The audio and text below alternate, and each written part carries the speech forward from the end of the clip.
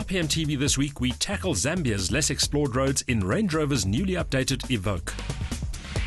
Next, we're off to Italy to drool over some rare and historic machinery.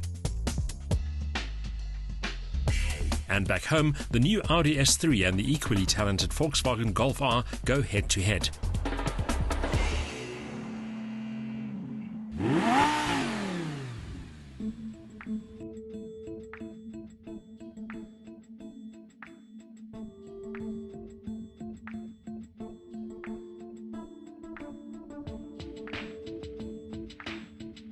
The Range Rover Evoque may have only been around for a short time, but with almost 150 awards under its belt, it's probably the most overachieving 2-year-old you've ever met.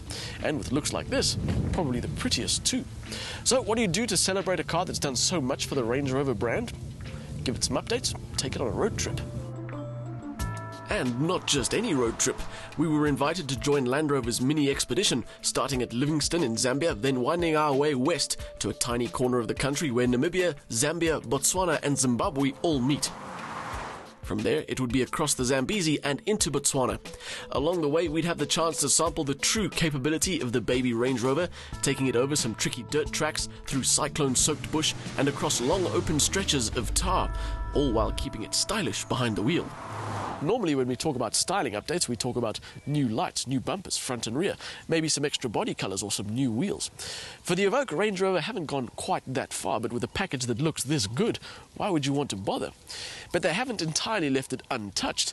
In fact, they've focused on one particular area. Well, that's being generous. It's more like one particular part, the side mirrors, which have been made smaller. The rest remains as aggressively gorgeous as ever, with slivers for headlights and a minimal grille fronting the obvious wedge profile, all of it giving you the impression that this car was built for stylish appeal and drivability first, everything else second. Whether you're taking it in from the front by day or following it at night, the Evoque showcases fantastic appeal for any car, let alone an SUV. The interior updates include nothing that you'd notice straight away, but it's still got first-class layout and top spec, and a typical Range Rover ambiance. What there is, though, is a new navigation system that includes some world firsts. It's the first factory-fitted nav system that has detailed information for 22 African countries, and it also features Tracks for Africa info, which covers dirt roads and routes that aren't part of the regular network.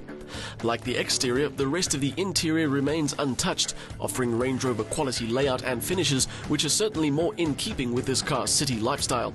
It's functional and at the same time undoubtedly upmarket, and it's comfortable no matter where you take it. Now for a history lesson. Back in the 80s, for those of you that remember, there was a bit of a standoff between the nations of the East and the West, and there just didn't seem to be an end to the amount of nuclear weapons that they would make. Now that that war is over, it seems it's been taken up by the motor manufacturers, but this time they're using gears. Used to be that 6 gears was fine, then they needed 7, now there's 8, and in the Evoque, Range Rover have fitted a 9-speed gearbox. Yes, that's 9 forward gears, and it's one of the first cars in the world to have such a thing. Range Rover claims that it has response times that are imperceptibly quick, and all those extra cogs will help the Evoque deliver the perfect drive in any situation, as well as help with towing. Although I doubt any Range Rover owners even know what a Fender trailer is, let alone own one.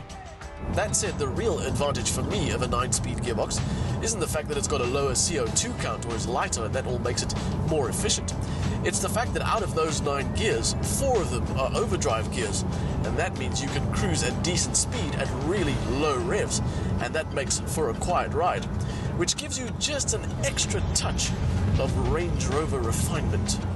Our test car was powered by the 2-litre turbo petrol with 177 kilowatts and 340 newton meters. It's a good power unit that works well with its 9 gears, although I suppose unsurprisingly it does sometimes take a moment to gather itself together when you want a burst of overtaking power. The Evoque wears the entry-level label in its family, and even though it is as luxurious and as stylish as the others, it's just that little bit less snob-worthy, that little bit less exclusive. And also, mechanically speaking, it's just a little bit less capable than the others. But that doesn't mean it's scared to take on some dirt. In fact, it'll even take on a bit of Africa. Inevitably, as it does on this part of the planet, the tar ran out, and the Evoque was forced to put its 20-inch wheels onto some dirt and through some mud. And you know what? Despite being far removed from the surroundings in which you might be accustomed to seeing it, It did fine. In fact, it did more than fine. The baby of the family took on whatever arrived in its way and just carried on going. Some routes we drove were unpredictable thanks to more rain falling in the area over the last few weeks than there'd been in the last 30 years. And still, the Range Rover bred for the city managed it all with ease. It's not fitted with a low-range gear set, but it does have terrain response, which helps things by managing throttle and braking input as well as gearing.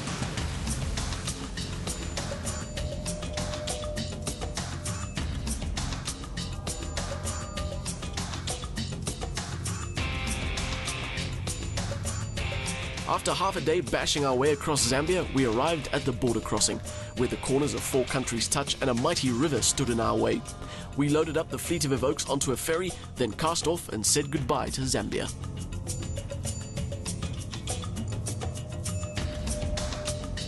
In terms of a model update, the changes to the Range Rover Evoque aren't exactly major. In fact, it's just about making the package that little bit more efficient. But our story isn't quite over yet, because once we're across the Zambezi River and into Botswana, we get our hands on the new Land Rover Discovery 4, and we'll bring you that story next week.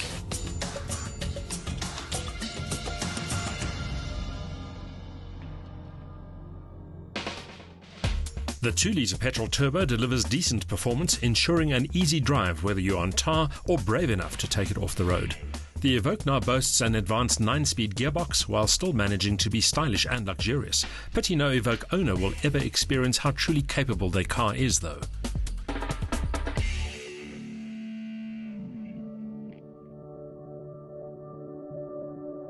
Near the center of Turin in Italy is a museum dedicated entirely to the car, its history, its design, its development, and how it's impacted on the world since they first appeared.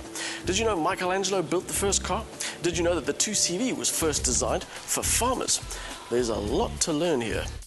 Spread out over 3 stories are 21 exhibition areas showcasing an incredible amount of vehicles, starting from a point in time that's before the generally accepted idea of when cars were actually invented. Although some of them might not be recognizable as cars like we know them today, each one played its part in the development of the motor car through the centuries, adding its own little piece of magic to help evolve these inanimate objects which we love for so many reasons, and which give lucky sods like me the chance to go places like Turin's Motoring Museum. Amongst the ancient examples of some of the most well-known names of today, there are loads of other long-forgotten brands. The museum just isn't about the cars themselves, but about the stories and history that surrounds them, like the first woman to be issued with a driver's license. It also tells the story of some of motoring's royalty, when cars were affordable only by the very few. Of course, it includes Rolls-Royce, but also names like Isotta Fraschini, whose Model 8A was around at the dawn of mainstream motoring. Mercedes-Benz makes an appearance with its straight 8 supercharged 500k on display next to the American Packard Super 8 1501. Built in 1937, the 2-ton car had an 8-cylinder motor with an output of just 93 kilowatts, giving it a top speed of 120 kilometers an hour. The museum also looks at the spirit of innovation, from Fiat's gas-powered Turbina to the legendary DS3, as well as the original Fiat Multipla. An interesting stop on the way is a look at concept cars from the past. We're not quite driving solar-powered glass houses just yet. One of the more interesting displays is an aerial layout of the city of Turin. It's known as the home of Fiat, but this map points out 70 car companies and 80 other related manufacturers that all called the city home at one time or another.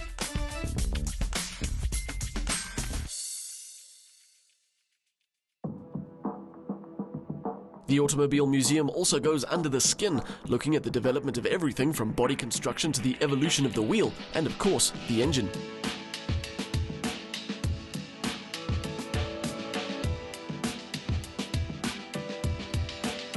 Since the earliest days of motoring, the proving ground has always been racing, and the museum features an impressive array of some of the most beautiful machinery ever made, from way back to the 21st century.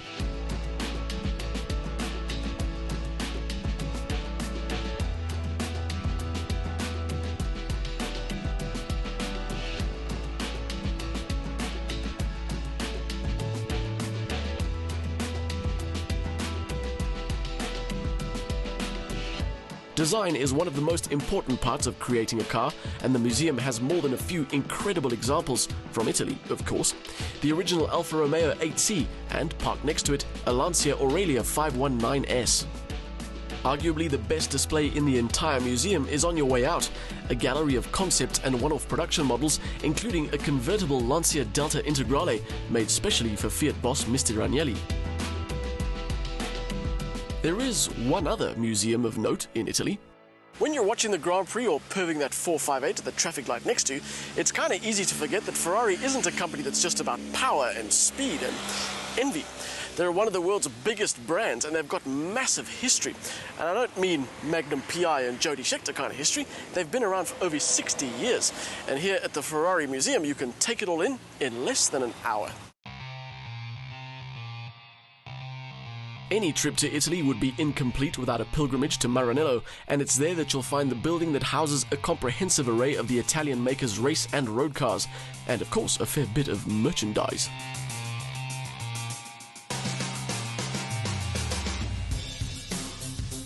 On the ground floor, you're dropped straight into the deep end of Ferrari's racing history with a display of some rare and priceless machinery, from the so-called 250 GT bread van, raced in 1962, to one of my all-time favorite cars, the 250 GT Le Mans.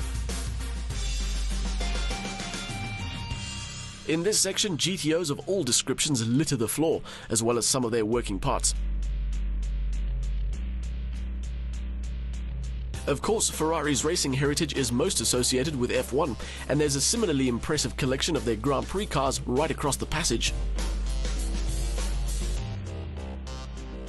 Amongst the collection is also some of their other open-wheeler race cars, including some F2 and Indy cars, next to the 1989 640 Nigel Mansell car.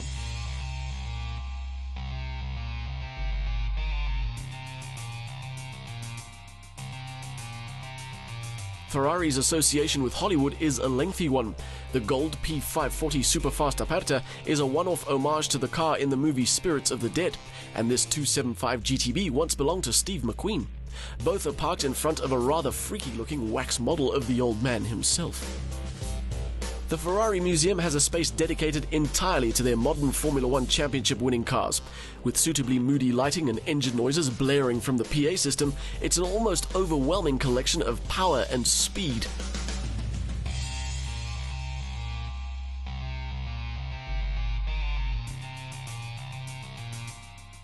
The Wall of Champions features stats on every one of their title winners, from legendary names of the past like Alberto Ascari and Juan Manuel Fangio, to Mike Hawthorne, Phil Hill, John Surtees, Niki Lauda, South Africa's own Jody Scheckter, and their deity, Michael Schumacher.